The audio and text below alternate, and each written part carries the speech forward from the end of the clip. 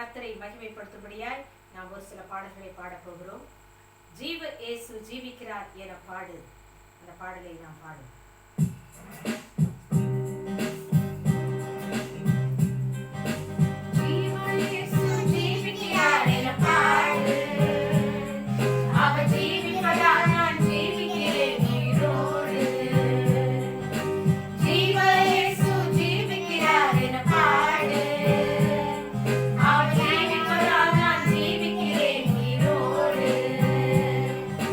வாழ்வது அவர் கிருபையா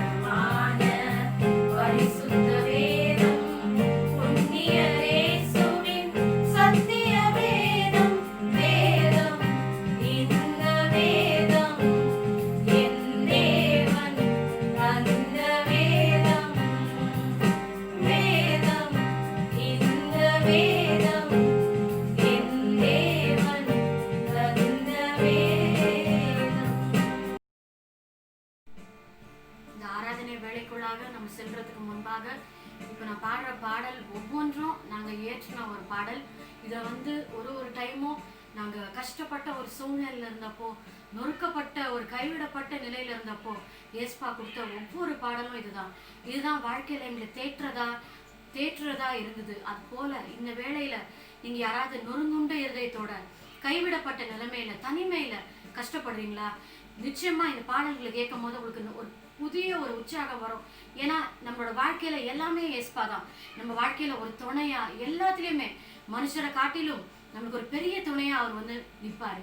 இதை நம்ம உணர்ந்தவர்களாய் மற்ற எல்லா கவலையும் ஒதுக்கி வச்சுட்டு கொஞ்ச நேரம் அவரை துதித்து ஆராய்த்து பாடலாமா?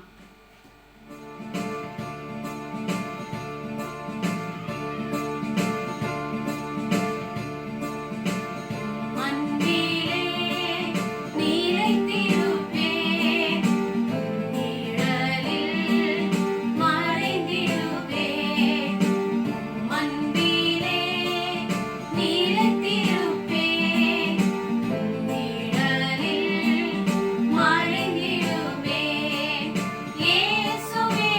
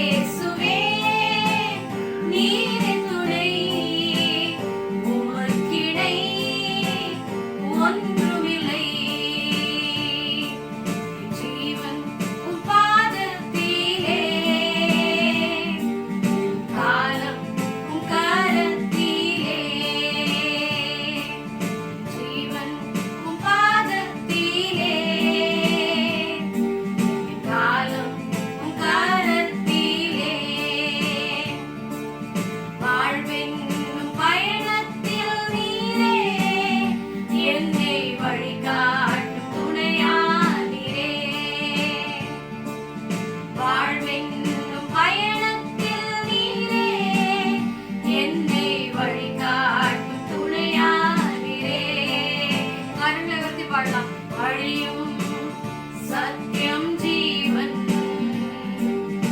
எல்லாம் இயேசு நீரே. வழியும் சத்தியம் ஜீவன் எல்லாம் இயேசு நீரே. தேடும் போதிலே என்னை தேற்றும் தேவனே. தேடும் போதிலே என்னை தேற்றும் தேவனே. நீரின்றி கதியில்லை, அமைதியும் எனக்கில்லை, என் வாழ்க்கை உமக்கென்றுமே. ஒப்பு கொடுத்து சரண்டர் பண்ணி பாடலாமா? நீரின்றி கதியில்லை, அமைதியும் எனக்கில்லை, என் வாழ்க்கை உமக்கென்றுமே. வாழ்வென்னும் பயணத்தில் நீரே என்னை வழிகாட்டும் துணையானீரே. வாழ்வென்னும் பயணத்தில் நீரே என்னை வழிகாட்டும் துணையானீரே. பாடும் போதிலே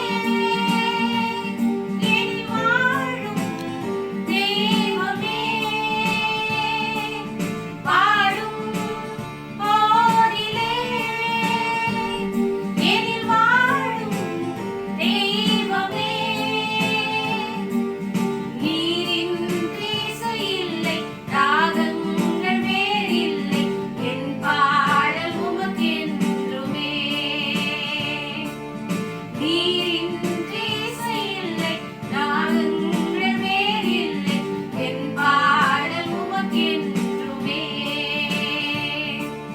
வாழ்வென்னும் பயணத்தில் நீரே என்னை வழிகாட்டும் துணையானீரே. வாழ்வென்னும் பயணத்தில் நீரே என்னை வழிகாட்டும் துணையானீரே. கரங்களை உயர்த்தி பாடலாமா? வழியும் சத்தியம் ஜீவன் எல்லாம் இயேசு நீரே. வழியும் சத்தியம் ஜீவன் எல்லாம் இயேசு நீரே. ஆராதனை ஆராதனை ஆராதனை ஆராதனை ஆராதனை ஆராதனை ஆராதனை கரங்களை உயர்த்தி பாடலாமா? ஆராதனை ஆராதனை ஆராதனை ஆராதனை. ஷாயோர ஷாபிரியா லம்ஷாய நதிரியா. ஷாயோர ஷாபிரியா லம்ஷாய நதிரியா. ஷாயா Wallahi Shaya Uramashaya Lahi Shaya Shaya Lahunia Mashaya Rahiya Shama Alaya Shaya. Hallelujah. Om Shaya Shaya La Shia Shaya La Vishya. Om Shaya Shaya La Shia La Shia. Hallelujah. La Haria Bakushavala Andararia Karama. Hallelujah. We praise you, Jesus. We praise you, Lord.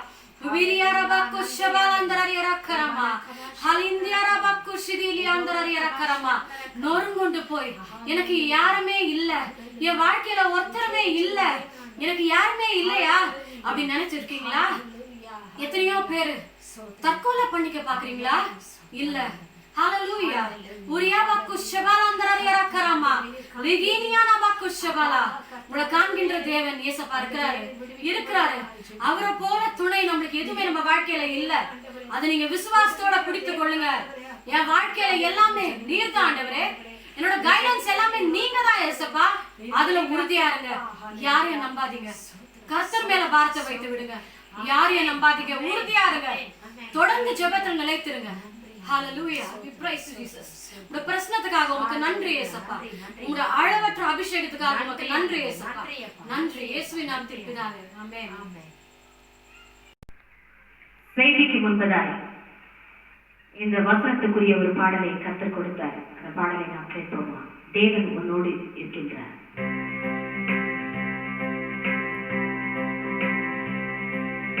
தேவன் உன்னோடு இருக்கின்றார்.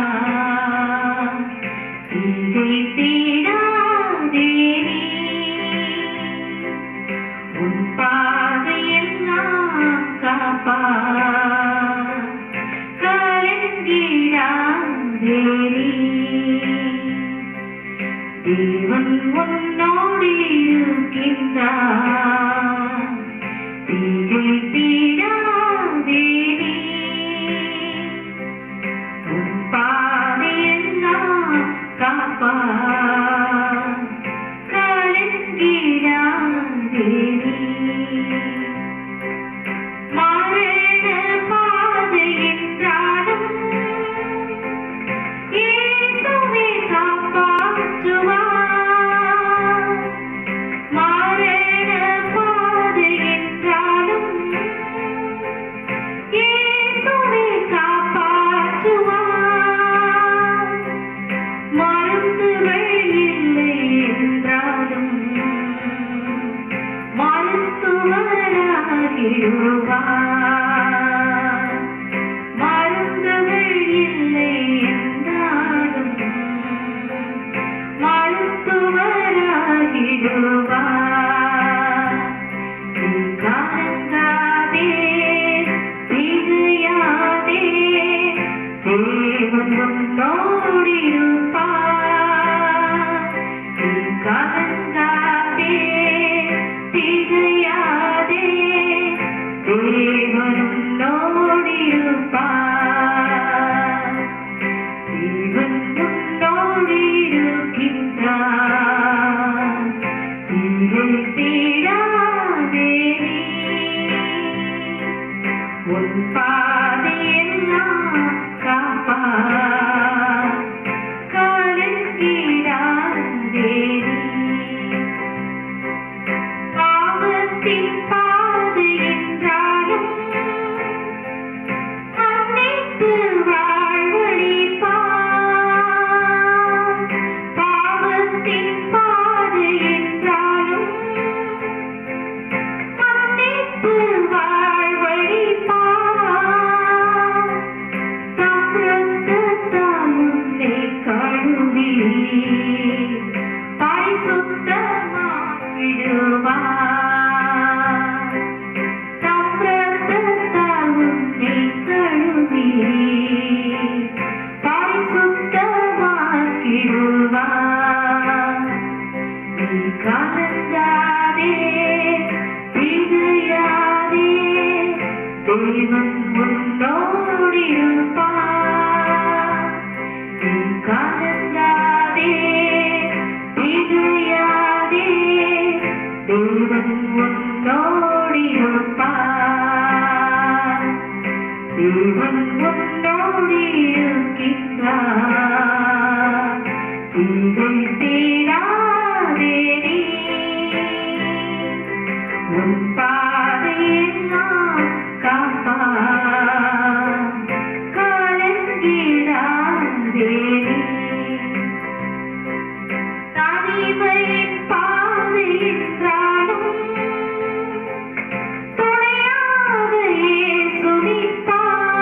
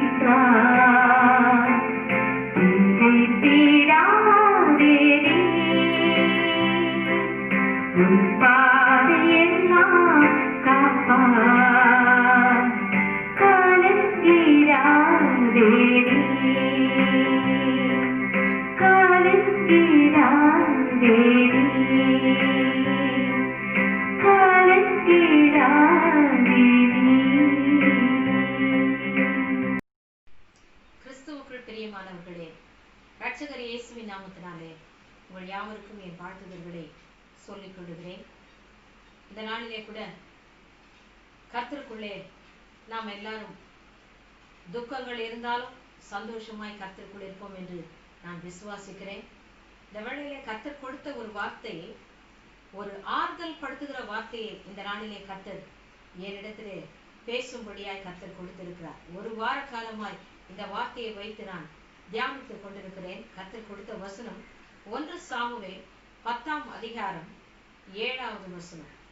தேவன் உன்னோடு கூட இருக்கின்றார். தேவன் உன்னோடு கூட இருக்கிறார். இந்த வார்த்தை இன்றைக்கு நம்ம எல்லாருக்கும் ஒரு தைரியம் கொடுக்கிற ஒரு வார்த்தையா இருக்குது. நம்ம எல்லாருடனும் தேவன் நம்மோடு இருக்கிறார் என்றால், என்னதான் பிரச்சனை போராட்டம் என்றாலும் கர்த்தருக்குள்ளே நாம் தைரியமா இருக்கலாம். அந்த வார்த்தை அந்த எந்த நிகழ்விலே வருகிறது, எந்த சமயத்திலே இந்த வார்த்தையை யார் சொல்லுகிறார்கள் என்பதை குறித்து நாம் இப்பொழுது தியானிக்க போகிறோம். 1 சாமுவேலின் புத்தகம் 9ஆம் அதிகாரம் 10ஆம் அதிகாரம் 2 பகுதியிலும் இந்த ஒரு பெரிய நிகழ்ச்சி முழுவதுமாய் வருகிறது. ஆனா முழு அதிகாரத்தையும் படித்துக் கொண்டிருந்தால் நேரமாகும் என்ற காரணத்தினாலே சில வசனங்களை மாத்திரம் நான் குறித்து அதை நீங்கள் படித்துக் கொள்ளுங்கள். அதை குறித்து அந்த ஒரு வேதத்தில் இருக்கிற அந்த பகுதியை நாம் இப்பொழுது தியானிக்க போகிறோம். அதாவது பென்யமீன் நாட்டானாகிய கீஸ் என்கிற ஒரு பராக்கிரமசாலி ஒருவர் இருந்தான். அவருக்கு ஒரு மகன் சவுல் என்ற ஒரு மகன் இருந்தான். ஒரு நாள் இந்த கீசுடைய கழுதை காணாமல் போனது. அப்பொழுது அவன் தன் மகனை அழைத்து, சவுலை அழைத்து, ஒரு வேலைக்காரனையும் உடன் அனுப்பி, நீங்க 2 பேரும் போய் இந்த கழுதைய தேடிட்டு வாங்க அப்படின்னு சொல்லி சொல்றாங்க. 1 3 வசனங்களை வாசித்து பார்ப்பீர்களானால் அதிலே இந்த தேடுவதற்கு அனுப்புகிற ஒரு தொடக்கம் அதிலே இருக்கிறது. தேட போகிறான். எதை தேட போகிறான்? கழுதையை தேட போகிறான்.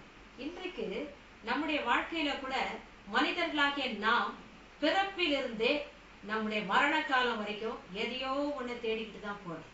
அந்தந்த பருவத்திற்கு ஏற்றபடி ஒவ்வொன்றை நாம் தேடிக்கொண்டு போகிறோம். சின்ன வயசு இளமை பருவம் என்றால் பள்ளியை தேடி போவோம். எந்த ஸ்கூல்ல சேர்க்கறது, எந்த படிப்பை படிக்க வைக்கலாம், இப்படி ஒரு தேடல். அதன் பிறகு அந்த குழந்தைக்கு என்னென்ன தேவையோ அதெல்லாம் பெற்றோர்கள் தேடுகிறார்கள். இளமை பருவம், வாலிப பருவம் வரும்பொழுது சொல்லவே வேணாம். பெண் பிள்ளைகளானால் நல்ல ஆண் மகன்களை தேடி போறாங்க திருமணத்துக்காக. ஆண்களானால் அந்த காலத்துலதான் பெற்றோர் பார்த்து வைக்கிறது. இந்த காலத்துல எல்லாம் அவங்களே தேடிக்கிறாங்க. தேடல் இயற்கையாகவே நடக்குது. இந்த நாட்கள்ல நல்ல ஒரு மாப்பிள்ளையோ பெண்ணையோ தேடி போகிறார்கள். இதெல்லாம் இந்த காலத்தினுடையது. கடைசியில வேலையை தேடி போறாங்க. எல்லாவற்றையும் தேடி போகிறாங்க. சில இடங்களிலே அறியாத சிலர் இறைவனையே தேடி போகிறார்கள். ஆனால் இறைவனை நாம் தேடி போவதில்லை. அதுக்காக ஆலயத்துக்கு போகாதீங்க நான் சொல்லல. சபை கூடி வருதலை அசட்டை பண்ணாதீர்கள். சபைக்கு போகணும். அது கர்த்தரை ஆராதிக்க, அவரை துதிக்க, அந்த இடத்திற்கு சத்திய வேதத்தை நாம் கேட்க, ஒருவரோட ஒரு ஐக்கியம் கொள்ளத்தக்கதாய் போதனைகளை கேட்பதற்கு சபைக்கு நாம் போகிறோம். அதே சமயத்திலே இறைவனை தேடி என்பது சொல்வது, இறைவனே இல்ல, அவர் யாருன்னு தெரியல அப்படி இறைவனை தேடி இன்றைக்கு எத்தனையோ பேர் சென்று கொண்டிருக்கிறார்கள். அப்படி அல்ல, உன்னை தேடி வந்த தெய்வம் ஒருவர் தான், அது என் ஆண்டவராகிய இயேசு கிறிஸ்து. ஹல்லேலூயா. உன்னை தேடி இந்த பூமிக்கு அவருடைய மேன்மை எல்லாவற்றையும் துறந்து உனக்காகவும் எனக்காகவும் இந்த பூமிக்கு இறங்கி வந்து அவர் நம்முடைய பாவங்களை மன்னிக்கும்படியா பல பாடுகளை அதை சகித்து, நம்ம உலகத்துல இருக்கவங்க அவரை ஏற்றுக்கொள்ளல, அவரை ஏற்றுக்கொள்ளும்படியா நம்ம ஏற்றுக்கொள்வதற்காக அவர் உலகத்துக்கு வரார். ஆனா உலகத்தார் அவரை ஏற்றுக்கொள்ளவில்லை. சிலுவையிலே அறையப்பட்டு பாடுகளை எல்லாம் ஏற்ற பிறகு அவர் மரித்து 3ஆம் நாள் உயிர் தெழுந்து பிதாவின் வலது பார்சலை வீற்றிருக்கிறார். ஆகவே எதையோ ஒன்றை மனிதன் தேடிக்கொண்டிருக்கிறான். அதே சமயத்துல உலக பிரகாரமான காரியத்தை தேடிக்கொண்டிருக்கிறோமே தவிர ஆவிக்குரிய காரியத்தை தேடுவதை நிறுத்தி மற்ற காரியம், நம்ம கழுதையை தேட போன மாதிரி தான் ஏதோ ஒரு காரியத்துக்கு தேவையில்லாத ஒன்றுக்காக நாம் பாடுபட்டு அதை தேடி தேடி தேடி போகிறோம். ஆனா தேவனுடைய சமூகத்திலே கொஞ்ச நேரம் அமர்ந்திருந்து ஆண்டவரிடத்திலே விசாரித்தாலே போதும். ஆனா அது இல்லை. காரணம், உலகத்தோடு ஒட்டி கொண்டு தான் நாம் வாழ்ந்து கொண்டிருக்கிறோம். இப்படி ஆகிறது உலகத்துல. அதான் சொல்லப்படுகிறது, உலகம் என்றாலே அது லௌகீக கவலைகள், இச்சைகள், சிற்றின்பங்கள் இதெல்லாம் நிறைந்ததான் இந்த உலகம். ஆகவேதான் உலகத்தினுடைய அதிபதி என்று யோவான் 14:30 சொல்லப்படுகிறது. யார? பிசாசை சொல்லப்படுகிறது. அதே சமயத்துல 2 கொரிந்தியர் 4:4 இப்பிரபஞ்சத்தின் தேவனானவர் என்று குறிப்பிடப்பட்டிருக்கிறது. 2 யோவான் 5:19 பார்க்கும் பொழுது உலகம் முழுவதுமே இந்த உலகத்துக்குள் அதுக்குள்ள பொல்லாங்கனுக்குள் கிடக்கிறது என்று வேத வசனம் சொல்லுகிறது. ஆகவே பொல்லாத உலகத்துக்குள்ள வாழ்ந்தாலும் நாம் உலகத்துக்குரியவர்கள் அல்ல. நாம் எல்லாம் பிரித்தெடுக்கப்பட்ட பிள்ளைகள். இதை பாருங்க, அடுத்த வசனங்களிலே பார்க்கும் பொழுது 4-5 வசனங்களிலே பார்க்கும் பொழுது இவங்க மறுபடியும் கடந்து போறாங்க, தேடுறாங்க. எப்ராஹிம் மலைக்கு போறாங்க, சலிஷா நாட்டுக்கு போறாங்க, சாலிம் நகருக்கு போறாங்க. கடைசியா சூப் என்கிற ஒரு நாட்டுக்குள்ளே கடந்து வருகிறாங்க.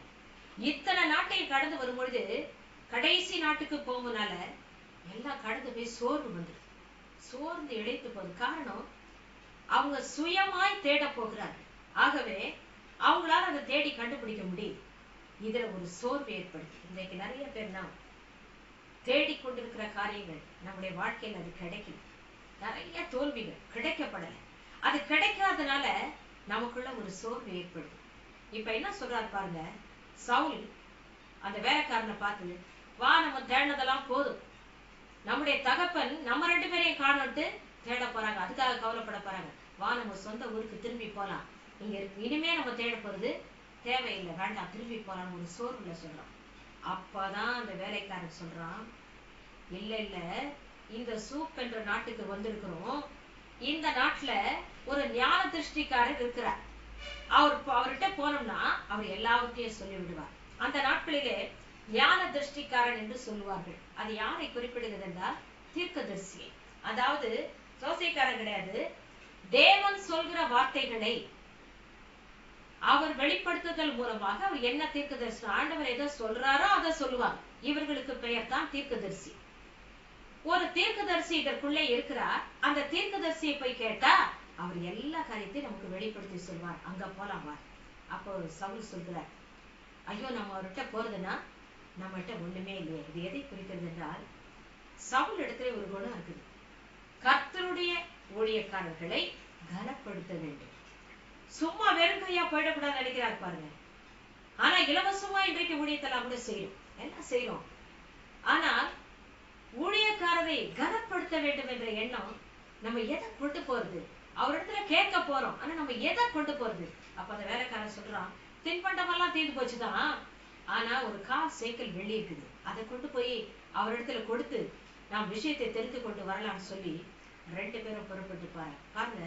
சுயமாய் தேடி போனதுனால ஒரு சோர்வு, எவ்வளவு டயர்ட் ஆயிருக்குமோ தெரியல. ஆகவேதான் உலகத்துக்குள்ள மூழ்கி போயிடக்கூடாது. உலகத்துக்குள்ள கடந்து வரும்பொழுது நிறைய அதுல அந்த சோர்வுகள் தானாவே வரும். உதாரணமா ஒண்ணு சொல்ல போனா, நாம எப்படி இருக்கணும்ன்றதுக்காக சொல்றோம். உலகத்திலே நாம் இருந்தாலும் நாம் எப்படிப்பட்டவர்களாய் வாழ வேண்டும். உலகத்துல இப்ப ஒரு ரோஜா செடி எடுத்துங்க. அந்த ரோஜா முள்ளு சுற்றி முள்ளுதான். ஆனா அந்த ரோஜா அழகா மலர்ந்திருக்கு. அது இறைவனுடைய படைப்பு, ஆண்டவருடைய படைப்பு. அழகா மலர்ந்திருக்கு. காரணம் என்ன தெரியுமா? சாரோனின் ரோஜா ஆண்டவருக்கு பெயர். அழகா அந்த ரோஜா மலர்ந்திருக்கு. ஆனா அந்த முள்ளுனால அதற்கு சேதமே கிடையாது. முட்களுக்குள்ளதான் அது மலர்ந்து அழகா மலர்ந்திருக்குது. முள்ளுக்கும் அதுக்கும் சம்பந்தமே கிடையாது. அப்படிதான் நம்முடைய வாழ்க்கையில முட்கள் நிறைந்த உலகம்தான், கஷ்டங்கள் போராட்டம் நிறைந்த உலகம்தான். ஆனாலும் அதன் மத்தியில நம்மை ரோஜாக்களாகத்தான் ஆண்டவர் வைத்திருக்கிறார். அப்ப நம்ம ரோஜா மாதிரி இல்லையே, சுகமா நம்ம வாழலையே, எனக்குள்ள இவ்வளவு பாடு இருக்குதே, சோர்ந்து போய் தானே காணப்படுறேன். சவுல் இப்படி சோர்ந்து போயிருந்தோம். அந்த மாதிரி தானே நான் கூட காணப்படுறேன். நான் தேடுற காரியம் எனக்கு கிடைக்கலையே, தோல்வியா தானே இருக்குது. அப்ப நான் சோர்ந்து போய் ரோஜா மாதிரி அழகா மலர்ந்தா இருப்பேன்? இல்லையே, நான் வாடி போய் தானே இருக்கிறேன்னு நீங்க சொல்லலாம். ஒன்று மாத்திரம் தெரிந்து கொள்ளுங்க, ரோஜா மலர ஒரு பெர்ஃப்யூம் செய்வாங்க பாருங்க. ரோஜாவை கசக்கி பிழிஞ்சி அதுல வர்ற அதை கொண்டு திரவத்தை கொண்டுதான் பெர்ஃப்யூம் செய்வாங்க. இறுதி நேரத்துல அந்த பெர்ஃப்யூம் உடைச்சா பயங்கரமான வாசனை, நல்ல சுகமான ஒரு வாசனை. கசக்கி புழிஞ்சாதான் அந்த ரோஜாவை கசக்கி புழியும் போதுதான் அந்த பெர்ஃப்யூமை தயாரிக்க முடியுது. இதுதான் நம்ம வாழ்க்கை. கசக்கி புழிகிற மாதிரி போராட்டங்கள் வரதான் செய்யும். எப்படி பொன்னானது அக்கினியினால சோதிக்கப்படுதோ, அது மாதிரி கசக்கி புழிகிற மாதிரி நமக்கு தெரியும். ஐயோ, இந்த செய்திகளை கேட்கும் போது, சில பிரச்சனைகளை நான் பார்க்கும் பொழுது, எனக்குள்ள இருக்கிற பிரச்சனை என் இருதயமே கசக்கி புழியறது போல இருக்குதே, அது நன்மை. அப்படி இருக்குதா, அதுக்கு பின்னால ஒரு வெற்றி இருக்குது. அப்படி பிழிஞ்ச பிறகுதான் அதுல நறுமணம் வீசக்கூடியவளாய் நீ மாறுற. கர்த்தர் உன்னை அப்படி பயன்படுத்த போகிறார். அநேகருக்கு உன் பாடுகளின் நிமித்தமாய் கர்த்தர் உன்னை சாட்சியாய் நிறுத்த போகிறார் என்பதுதான் அதனுடைய அர்த்தம். ஆகவே உலகத்துக்குள்ளாய் தான் இருக்கிறோம். ஆனா நாம் அது கோடில் பிரித்தெடுக்கப்பட்டவர்களா இருக்கிறோம்.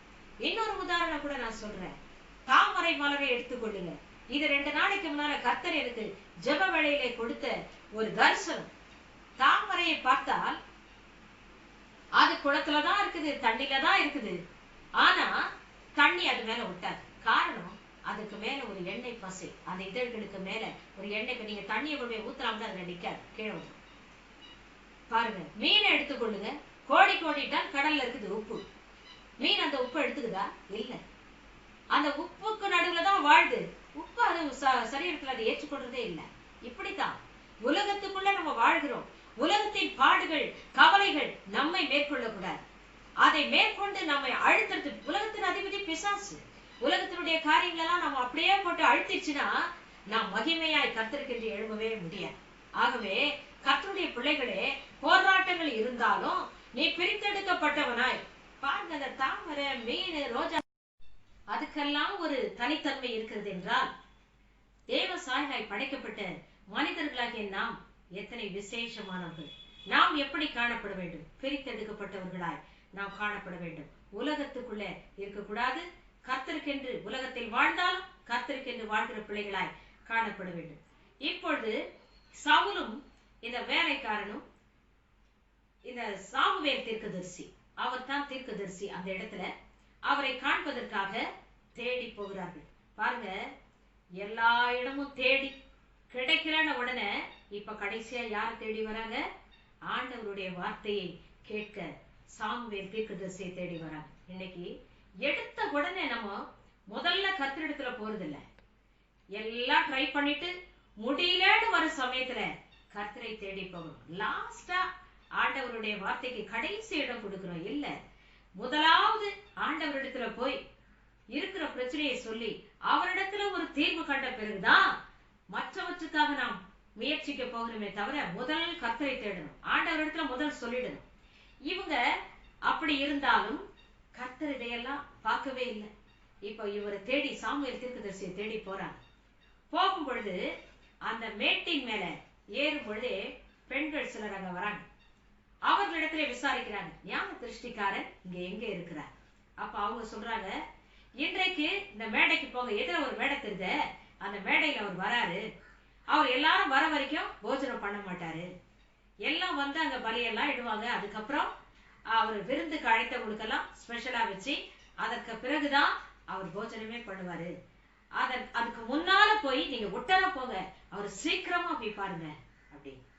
இன்றைக்கு இந்த வேலைக்காரர் சொன்ன மாதிரிதான் இன்றைக்கு நிறைய ஊழியக்காரர்கள் செய்திகள் மூலமா, ஆன்லைன்ல எவ்வளவு செய்தி வருது, டிவில எவ்வளவு செய்தி வருது, எந்த வகையிலாவது கர்த்தருடைய ஊழியக்காரர்கள் பேசிக்கொண்டுதான் சத்தியத்தை சொல்லிக் கொண்டுதான் இருக்கிறாங்க.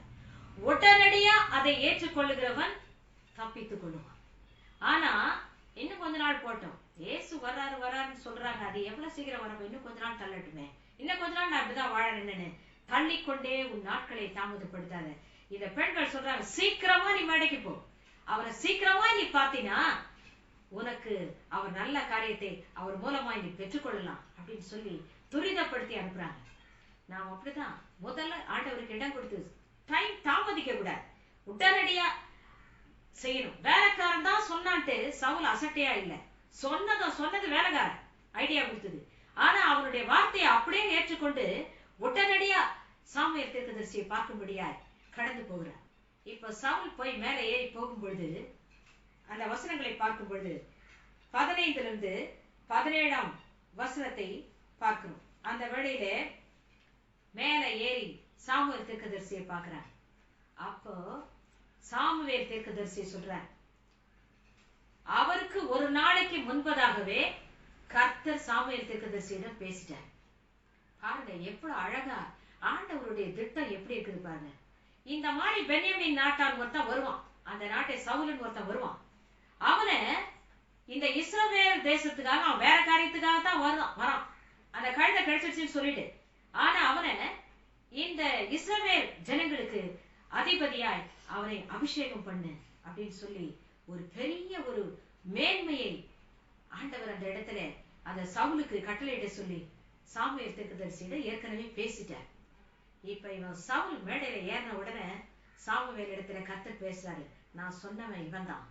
மேடையில ஏறி வரானே, அவன் பாக்குறதுக்கு உயரமா இருக்கிறான், இஸ்ரவேல் ஜனத்துல அப்படிப்பட்டவன், அவன் தோளுக்கு கீழே தான் எல்லாரும் இருக்கிறாங்க, அவ்வளவு உயரமா நல்லா இருக்கிற ஆள் பாக்குறதுக்கு. இவன் தான் அந்த சவுல், இவனை தான் நீ அபிஷேகம் பண்ணணும்னு சொல்லி கர்த்தர் பேசுறார். பாருங்க எந்த நேரத்துல யார்கிட்ட எதை பேசுறாருன்னு சொல்ல முடியாது. உன்னை குறித்து அவரு கவலை இல்லாமல் இல்ல, யாரிடத்துல சொல்லணுமோ அந்த இடத்துல சொல்லி ஜெபிக்க வைக்கிறார். சில வேளைகள்ல பாருங்க நம்ம எதிர்பார்க்கவே மாட்டோம், அவளை பத்தி ரொம்ப நம்ம ஜெபிக்க மாட்டோம். ஜெப நேரத்துல குறிப்பிட்ட அந்த நபரின் பெயரை ஆண்டவர் வெளிப்படுத்தி இவங்களுக்காக நீ ஜெபம் பண்ணுன்னு ஆண்டவர் சொல்லுவார்.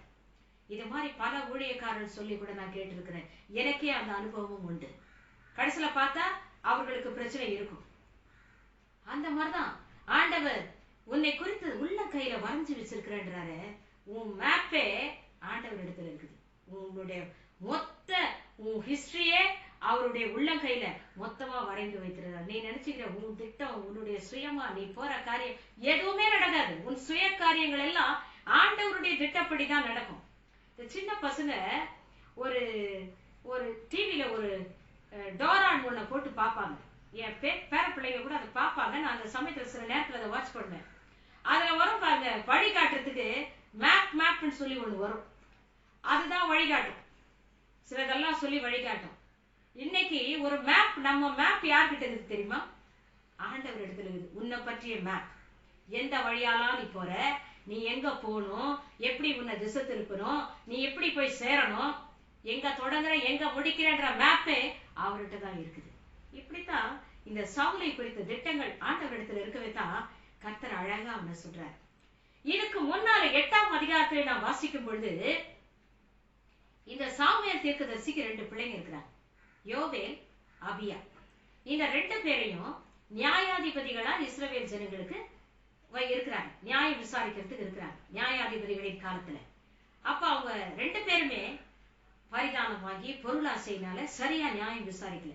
இத பார்த்த இஸ்ரவேல் ஜனங்கள் சாமுவேல் இடத்துல வந்து அவங்கள பத்தி கம்ப்ளைண்ட் பண்ணி, எங்களுக்கு ஒரு ராஜா கண்டிப்பா வேணும், எங்களை நியாயம் விசாரிக்கன்னு கேட்கிறாங்க. அப்போ சாமுவேல் தீர்க்கதரிசி ஆண்டவர் இடத்துல போய் கேட்கிறார், கர்த்தாவே இந்த ஜனங்க இவ்வளவு அற்புதங்களை பார்த்து கூட இப்படி கேக்குறாங்களே, என்ன செய்யறது? நீங்க தானே வழி நடத்துறீங்க. அப்போ ஆண்டவர் சொல்றாரு, சாமுவேலே அவங்க உன்னை தள்ளல, என்னதான் தள்ளுறாங்க, ஆனாலும் என் ஜனங்கள் கேட்கிறபடி நீ ஒரு ராஜாவை அவர்களுக்கு ஏற்படுத்துன்னு சொல்ற. அவங்க சொல்ல கேள். என் ஜனங்களுடைய கூக்குரல் என்னுடைய சமூகத்திலே எட்டுது. பாருங்க, அவருடைய ஜனங்கள் என்றால் ஒரு ஸ்பெஷல். அவங்க என்ன முறுமுறுத்தாலும், அவங்க என்ன பாவம் செய்தாலும், அவங்க எப்படிப்பட்டவர்களா இருந்தாலும் கர்த்தர் மன்னித்து அவர்களிடத்திலே மனம் இறங்கி அவர்களுக்கு தயவு செய்கிறவராய் இருக்கிறார். இன்றைக்கு கூட தேவ பிள்ளைகளே, நாம் எப்படிப்பட்டவர்களா இருந்தாலும் கர்த்தர் நமக்கு மனம் இறங்கி அவர் கண்களில் இருந்து நமக்கு தயவு கிடைக்கும். அப்படித்தான் அந்த ஜனங்களுக்கு ஆண்டவருடைய பார்வையிலே தயவு கிடைத்தது. அதோட கர்த்தர் நிறுத்தி அதை எங்க கொண்டு வரார் பாருங்க. 2ஆம் அதிகாரத்திலே பார்க்கும் பொழுது இந்த சாமுவேல் இடத்திலே இப்பொழுது கர்த்தர் சொல்லுகிறார், சவுலை ராஜாவாக நீ அதிபதியாய் அவர்களுக்கு நீ ஏற்படுத்து என்று சொல்லி. அப்ப இவன் மேடைக்கு வரான். வந்த உடனே ஆண்டவர் சொல்றாரு, இந்த 22, 24ஆம் வசனத்தை பார்க்கும் பொழுது சாமுவேல் இடத்திலே வரும்பொழுது சாமுவேல் சொல்கிறார், இவங்க நேரா போய் என்ன சொல்றாரு அவர் கேட்கறதுக்குன்னு போறாங்க. ஆனா உடனே அவர் வெளிப்பாடு சொல்லல. அவர் சொல்றாரு, இன்னைக்கு என் கூட உட்கார்ந்து போஜனம் பண்ணு. அந்த போஜனத்துக்கு ஒரு 30 பேர் வருவாங்க. அந்த 30 பேர்ல அவர் ஒரு சிலருக்கு என்று சில விசேஷித்ததை எடுத்து வைக்கிறாங்க. அப்போ சாமுவேல் சவுலை உட்கார வச்சுட்டு வேலை அந்த ஆட்களை அழைத்து சர்வ் பண்றவங்களை கூப்பிட்டு, முதலே இவங்களுக்காக ஒரு பங்கை நான் எடுத்து வச்சேன் ஸ்பெஷலா, அதை கொண்டு வந்து வை. பார்த்தா கொண்டு வந்து வச்சதுல பாத்தீங்கன்னா நல்ல முன்னம் தொடையும் அதனோட இருக்கிற கறிகள், லெக் பீஸ். இந்த லெக் பீஸை சொல்லும் போது நிறைய பேருக்கு மனசுக்குள்ள ஒரு வருத்தம் இருக்கும். காரணம், இறைச்சி கடைகளுக்கெல்லாம் அனுமதி இல்லை. 6ஆம் தேதி வரைக்கும் பொறுத்துருங்க.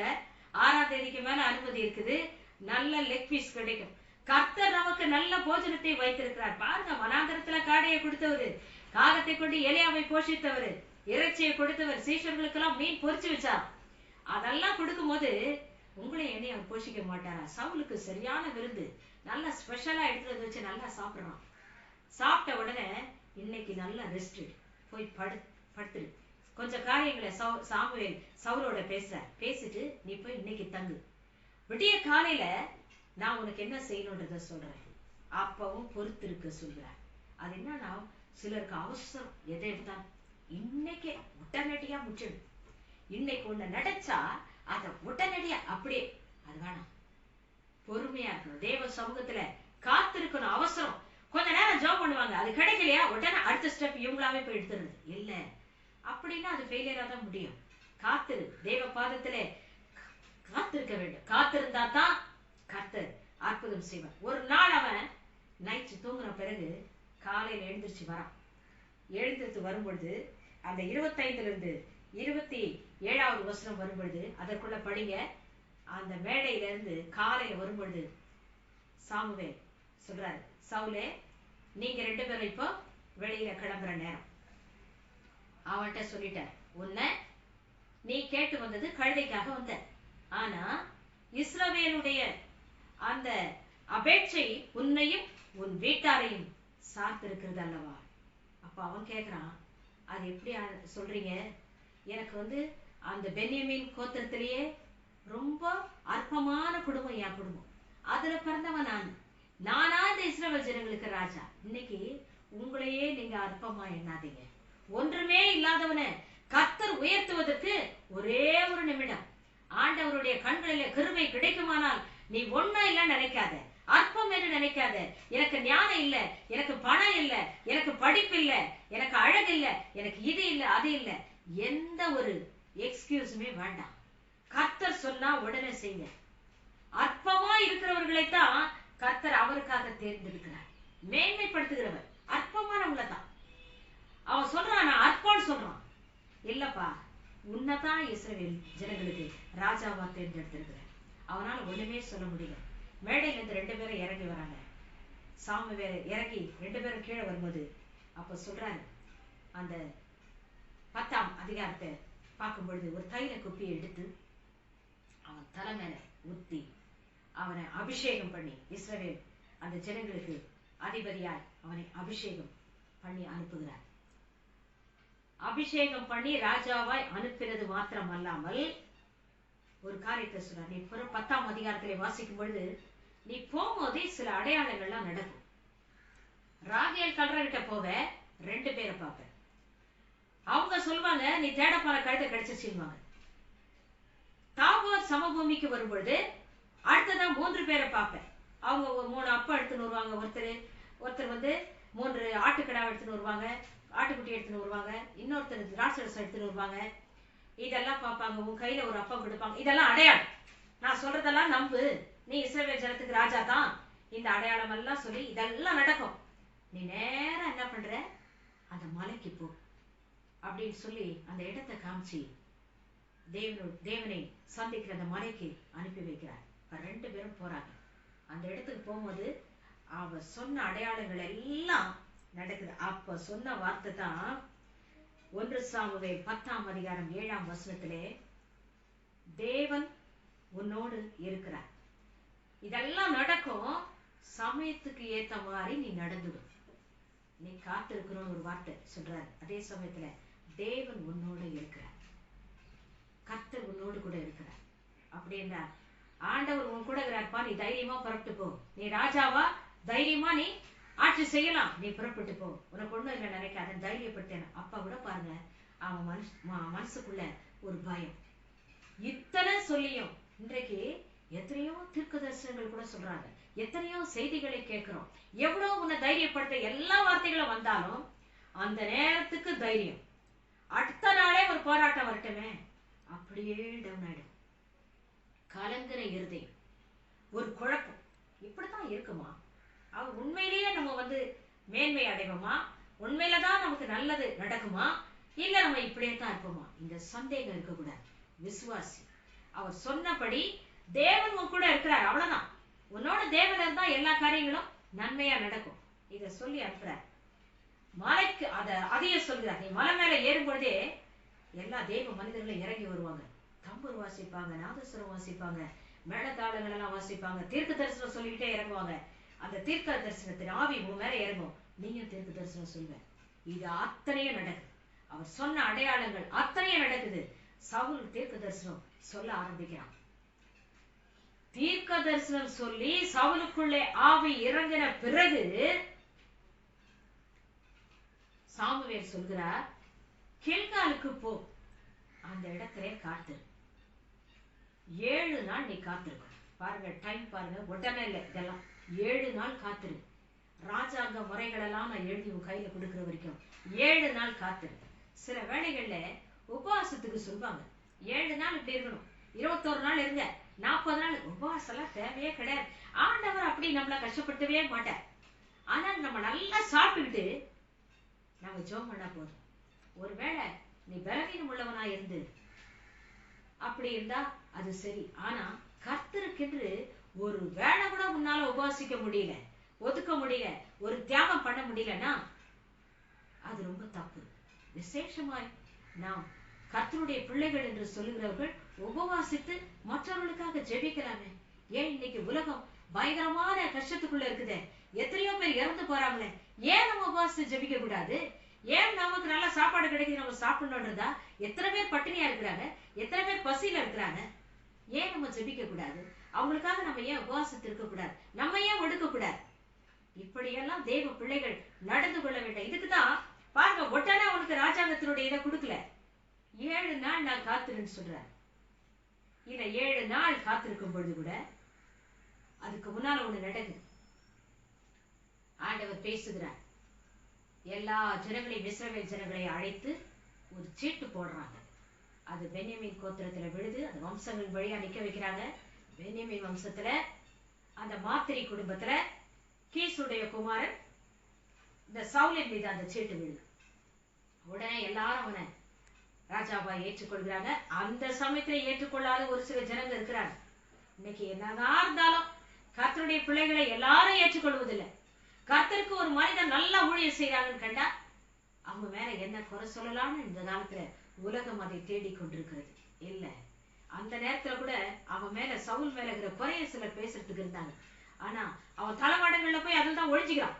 அவனை பிடிச்சி இழுத்துன்னு வந்து கில்காலுக்கு கொண்டு வந்து 7 நாள் அவன் பொறுத்திருக்க வச்சு சாமுவேல் தீர்க்கதரிசி ராஜாங்க முறை எழுதி கொடுத்து அவனை ராஜாவாய் அபிஷேகம் பண்ணி வைக்கிறார். கர்த்தருக்குள் பிரியமானவர்களே, உன்னை உயர்த்தணும்னு ஆண்டவருடைய திட்டம் இருந்தா நிச்சயமாய் கர்த்தர் உன்னை உயர்த்துவார். நீ எங்க ஒளிஞ்சிருந்தாலும் சரி, நான் வெளியிலே வரமாட்டேன். நிறைய பேர் இன்னைக்கு அப்படி சொல்லுவாங்க. ஐயோ, எனக்கு முன்னால வந்து நின்று பேசுறதுக்கோ, எனக்கு முன்னால வந்து நின்று பாடுறதுக்கோ எனக்கு வெக்கமா இருக்குது, எனக்கு பயமா இருக்குது, நான் வரவே மாட்டேன். இந்த நாள்ல நீ வெக்கப்பட்டினா கர்த்தருடைய வார்த்தையை சொல்லவோ, கர்த்தருடைய காரியங்களை ஊழியம் செய்யவோ நீ வெக்கப்பட்டினா கர்த்தருடைய வெக்கப்படுத்துவார். ஆண்டவருடைய வார்த்தையை பேச வெக்கப்படாத, கர்த்தருடைய பாடல்களை பாட வெக்கப்படாத. குரலெல்லாம் தேவையில்ல, நீ பாடு, கர்த்தருடைய வார்த்தைகளை பேசு, நல்லா ஜெபி. இதுக்கெல்லாம் ஒரு டைம் வச்சுக்கிட்டு நான் இப்படி இருந்தாதான் செய்வேன், அப்படி இருந்தாதான் செய்வேன், நான் எங்கேயோ இருக்கிறேன், எனக்கு ஒண்ணுமே தெரியாது, இதெல்லாம் நீங்க சொல்லவே கூடாது. இந்த நாட்கள் பிரத்யேகமாய் கர்த்தருக்கு விசேஷித்து கொண்ட நாட்கள் இது. இந்த நாட்கள் தான் நமக்கு கொடுக்கப்பட்ட நாட்கள். இந்த நாள்ல நம்ம நல்லா யோசிக்கலாம். தனியா இருக்கிறோம், அநேகர் இந்த நாள்ல தனிமைப்படுத்தப்பட்டு இருக்கிறாங்க. அவர்களுக்கு நான் விசேஷமாய் சொல்லுவேன், தனிமையா இருக்கிற நேரம் யாரும் மனுஷன் உங்ககிட்ட பேச முடியாது.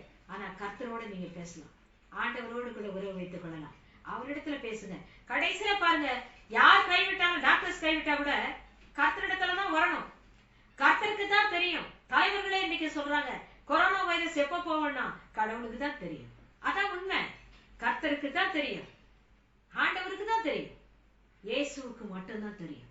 ஆகவே இன்றைக்கு எல்லா ரகசியங்களும் அவருக்குள் அடங்கி இருக்கிறது. ஒரு நாள் வரும், கர்த்தருடைய நாள் வரும், இயேசு சீக்கிரத்திலே வரப்போகிறார். அன்றைக்கு இந்த கண்கள் எல்லாம் காணும், அதனுடைய அடையாளங்கள் அத்தனையும் நடந்து கொண்டுதான் இருக்கிறது.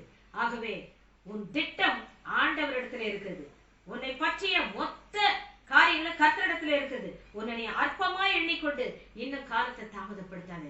ஐயோ, நான் பாவத்துல இருக்கிறேனே, என்னையா ஆண்டவர் ஏற்றுக்கொள்வார்? நான் இப்படி ஒரு குடிப்பழக்கத்துல இருக்கிறேன், நான் இந்த மாதிரி தவறான பழக்கத்துல இருக்கிறேன், உலக சிற்றின்பத்துல மூழ்கிக்கிறேன், என்னையா கர்த்தர் தேடுவார்? இல்ல, உன்னைதான் தேடி வருகிறார். உனக்காகத்தான், உன்னை ரட்சிக்க தான் இயேசு இந்த உலகத்துக்கு வந்தார். ஆகவே நீ இன்னும் இடம் கொடுக்கல, இன்னும் இடம் கொடுக்கல. ஏன் இடம் கொடுக்கல? ஆண்டவருக்கு இடம் கொடு. முற்றிலுமாய் உன்னை கர்த்தருக்கு என்று ஒப்புக்கொடு. நாட்கள் ஓடிடும், கர்த்தர் வரும் பொழுது அப்ப நீ கைவிடப்பட்டவளா நிக்காத. இப்பொழுதே மனம் திரும்பு, மனம் திரும்பு, பரலோக ராஜ்யம் சமீபித்திருக்கிறது என்று யோவான் ஸ்நானன் அன்றைக்கு வனாந்தரத்திலே பிரசங்கித்தது போல இன்றைக்கும் அதே பிரசங்கம் தான். மனம் திரும்புகள், பரலோக ராஜ்யம் சமீபித்திருக்கிறது. நீங்க தைரியமா கர்த்தருடைய வார்த்தையை பிரசங்கிக்கலாம். தேவன் உங்களோடு கூட இருக்கிறார். நீங்க வியாதியில இருந்தாலும் கவலைப்படாதீங்க, எந்த பிரச்சனையில இருந்தாலும் கவலைப்படாதீங்க. காரணம், தேவன் உங்களோடு கூட இருக்கிறார். ஆகவே கர்த்தருடைய வார்த்தை இந்த 1 சாமுவேல் 10 இந்த 7ஆம் வசனத்தை குறித்து வைத்துக் கொள்ளுங்கள். தேவன் உங்களோடு இருக்கிறார். கர்த்தருக்குள் பிரியமானவர்களே, தைரியமா இருங்க, எதை குறித்து கவலைப்படாதீங்க. கர்த்தருடைய சமூகத்துல வைங்க உங்கள் திட்டங்களை, உங்களை குறித்த திட்டங்கள் நிறைவேறும் காலம் வரைக்கும் காத்திருந்து ஜெபிங்க. பெரிய அற்புதத்தை பெற்றுக்கொள்வீங்க. தேவன் தாமே இந்த வசனங்களை ஆசீர்வதிப்பாராக. நாம் கண்களை மூடி ஜெபிக்கலாமா? ஹல்லேலூயா. ஸ்தோத்திரம் ஆண்டவரே, எங்களை நேசிக்கிற எங்கள் அன்பின் பரலோக பிதாவே, இந்த நல்ல நாளுக்காக உங்களுக்கு நன்றி செலுத்துகிறோம். கர்த்தர் எங்களோடு கூட நீ பேசின இந்த காரியங்களுக்காக நாங்கள் ஜெபிக்கிறோம். இவைகள் எங்களுக்கு ஒரு நல்ல பாடமாக இருக்கட்டும். கர்த்தர் பேசுகிற ஒவ்வொரு வார்த்தையும் எங்கள் வாழ்க்கையிலே பிரயோஜனப்படக்கூடியதா இருக்கும். இன்றைக்கு எத்தனை பேர் இப்படி தனிமையிலே இருந்து கொண்டு, எப்படி பாரத்தோடு இருந்து கொண்டு, கவலையோடு இருந்து கொண்டு நாம் என்ன செய்வோம் என்று திகைத்துக் கொண்டு நிற்கிறார்களா? ஆண்டவரே, அவர்கள் கருத்தை பிடித்து நீர் வழி நடத்தும் ஆண்டவரே. காரணம், நீர் கூட இருக்கிறேன். திடப்படுத்தும் ஆண்டவரே. அந்த வார்த்தையை சொல்லி திடப்படுத்தும். யார் கூட இல்ல நிக்கலனாலும் கர்த்தர் உங்களோடு இருக்கிறார். அந்த வார்த்தையை இன்றைக்கு பேச வைத்தேன். எல்லா ஜனங்களுக்கும் இது ஆறுதலான ஒரு வார்த்தை. எந்த நாட்டிலிருந்து, எந்த தேசத்திலிருந்து கேட்டுக்கொண்டிருந்தாலும் சரி, இது கர்த்தருடைய பிள்ளைகளுக்கு கொடுக்கிற வார்த்தை. எதை குறித்தும் கலங்காத படிக்க தேவ சமூகத்திலே காத்திருந்து ஜெபிக்கும் பொழுது அற்புதங்களை பெற்றுக்கொள்ள உதவி செய்யும் ஆண்டவரே. நீர் உதவி செய்ய வல்லவராயிருக்கிறேன். கர்த்தாவே, இந்த நாட்களிலே இந்த பொல்லாத வியாதி ஆண்டவரே கடந்து போகும்படியாய் ஜெபிக்கிறோம். இயேசுவின் நாமத்தினாலே அது கர்த்தாவே தேசத்தை விட்டு அது கர்த்தாவே கடந்து போகும்படியாய் ஜெபிக்கிறோம். விசேஷமாய் சென்னைக்காக நான் ஜெபிக்கிறேன். சென்னையிலே இது அதிகமாய் காணப்படுகிறது. அப்பா, ஒவ்வொரு நாளும் எவ்வளவு பேர் இறந்து போறாங்க ஆண்டவரே.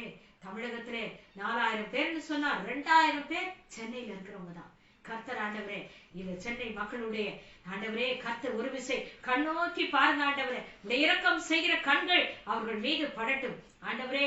தேச தலைவர்களுக்கு நல்ல ஆலோசனையை கர்த்தர் கட்டளையிடுங்க ஆண்டவரே. எங்கள் தேச தலைவர்களுக்காக நாங்கள் நன்றி செலுத்துகிறோம். அவர்கள் எடுக்கிற முயற்சிகளுக்காக நாங்கள் நன்றி செலுத்துகிறோம். மருத்துவர்களுக்காக நாங்கள் நன்றி செலுத்துகிறோம். கர்த்தாவை நல்ல ட்ரீட்மெண்ட் அவர்களுக்கு வேண்டிய ஆலோசனைகளை கொடுத்து ஜனங்களை கர்த்தர் ஆண்டவரை சுகப்படுத்தும். கர்த்தர் ஒவ்வொரு படுக்கையின் முன்பதாய் கர்த்தர் கடந்து செல்லும்படியாய் ஜெபிக்கிறேன். தேவன் ஒவ்வொருவரோடும் இருக்கிறேன் என்று சொன்னீரேன். ஒவ்வொரு படுக்கையின் பக்கத்துல நீங்க நின்று அவங்களை சுகப்படுத்துங்க ஆண்டவரே, சுகப்படுத்துங்க ஆண்டவரே, உண்மை வெளிப்படுத்துங்கப்பா ஆண்டவரே. அவர்களுக்காக நீ தழும்புகளை ஏற்றுக்கொண்டிய சிலுவையில அந்த தழும்புகள் அவர்கள் மீது படட்டும். உடைய ரத்தத்தினாலே ஜெயம் தாரும் ஆண்டவரே. உடைய ரத்தத்தை ஊற்றுமாப்பா. கர்த்தருடைய பிள்ளைகளை ஆண்டவரே சுகமாக்கு, உடைய பிள்ளைகளை சுகமாக்கும் ஆண்டவரே. நீ சிந்தின ரத்தம் வீணாய் போகக்கூடாதப்பா. பாவத்திலிருந்து ரட்சியும் ஆண்டவரே, பரிசுத்தப்படுத்தும் அப்பா ஆண்டவரே. உடைய பக்கமாய் கர்த்தர் திருப்பி கொடு ஆண்டவரே. இந்த வசனங்களை உடைய ஜனங்கள் ஆண்டவரே அது ஆசீர்வாதமாய் இருக்கட்டும். கர்த்தர் காத்துக்கொள்ளும், அவர்களை வழி நடத்தும். இயேசுவின் நாமத்திலே ஜெபிக்கிறேன் ஜீவனுள்ள நல்ல பிதாவே, ஆமென். என் ஆத்துமாவே கர்த்தரை ஸ்தோத்திரி, என் முழு உள்ளமே அவருடைய பரிசுநாமத்தை ஸ்தோத்திரி. என் ஆத்துமாவே கர்த்தரை ஸ்தோத்திரி, கர்த்தர் செய்த சகல உபகாரங்களையும் மறவாதே.